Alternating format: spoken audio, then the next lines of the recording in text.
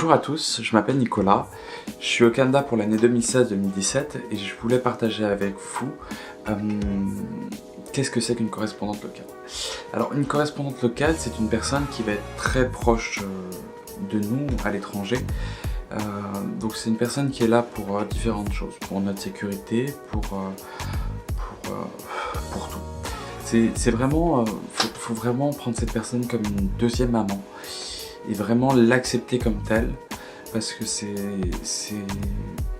une personne, si elle fait ça, c'est vraiment pour nous apporter que des bonnes choses. Faut pas ne pas se mouiller. L'avoir comme un ennemi.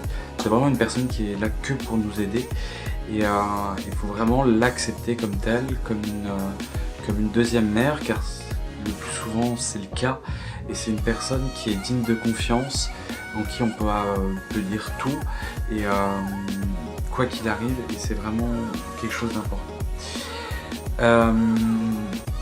Donc discuter, c'est vraiment le maître mot de la relation qui doit se passer. Ensuite, s'il y a une bonne relation, une bonne entente, ça peut aboutir qu'à des bonnes choses. Enfin, moi, avec ma correspondante locale, ça se passe super bien. Et elle m'a permis de pouvoir m'aiguiller dans le lycée, dans certains choix. Et je la remercie beaucoup pour ça. Je la remercierai jamais assez, car sans elle, j'aurais peut-être pas fait certains choix et je serais peut-être pas là où j'en suis aujourd'hui. Donc c'est vraiment une personne à qui je dois beaucoup et je suis vraiment contente dans ce programme et qu'elle soit là et qu'elle puisse être aussi présente dans le lycée et dans les activités qu'organise l'Agence du Canada. Ensuite, elle va toujours nous aider, que ce soit dans les bons moments ou dans les mauvais moments. C'est si on a fait une bêtise, si on a fait quelque chose de mal, peu importe, autant lui dire, elle saura nous aiguiller sur la démarche à suivre, elle ne sera jamais là pour nous enfoncer, elle sera toujours là pour nous aider à nous sortir de quoi que ce soit, et elle fera toujours ce qu'elle peut pour nous aider, parce qu'au final on est un peu ses enfants, enfin elle est responsable de nous, elle est là pour nous rendre heureux, enfin c'est vraiment à prendre comme une deuxième mère. Je pense vraiment que faut vraiment tout lui dire.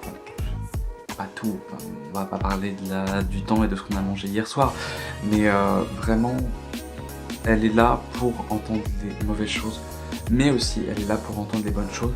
Elles sont extrêmement heureuses quand on leur dit que tout va bien, que tout se passe super bien, elles sont super contentes et c'est quelque chose qui apporte aussi beaucoup. Enfin, quand on vous dit que voilà, vous avez été super, c'est aussi quelque chose d'enrichissant. C'est une personne aussi qui est très enrichissante aussi d'un aspect. Cette personne va nous aiguiller sur, par exemple, sur notre voie, sur des démarches à suivre. Si on est perdu en cours, par exemple, on peut aller la voir pour demander de l'aide. Elle va essayer de trouver des solutions. C'est vraiment un couteau suisse qui va nous aider à toujours aller mieux, toujours mieux s'intégrer. Et vraiment, un grand merci à ma correspondante locale à moi. Et je pense, enfin, la plupart des correspondantes locales sont comme ça. Il faut vraiment leur dire un grand merci et les aimer, parce que sans elles, ça se passerait pas aussi bien, et ça c'est sûr. Ensuite, s'il y a un problème, c'est beaucoup plus simple de parler à la correspondante locale parce qu'elle est sur place. Elle est en communication directe avec les familles, elle est en correspondance directe avec l'agence, et c'est elle qui est vraiment sur le terrain.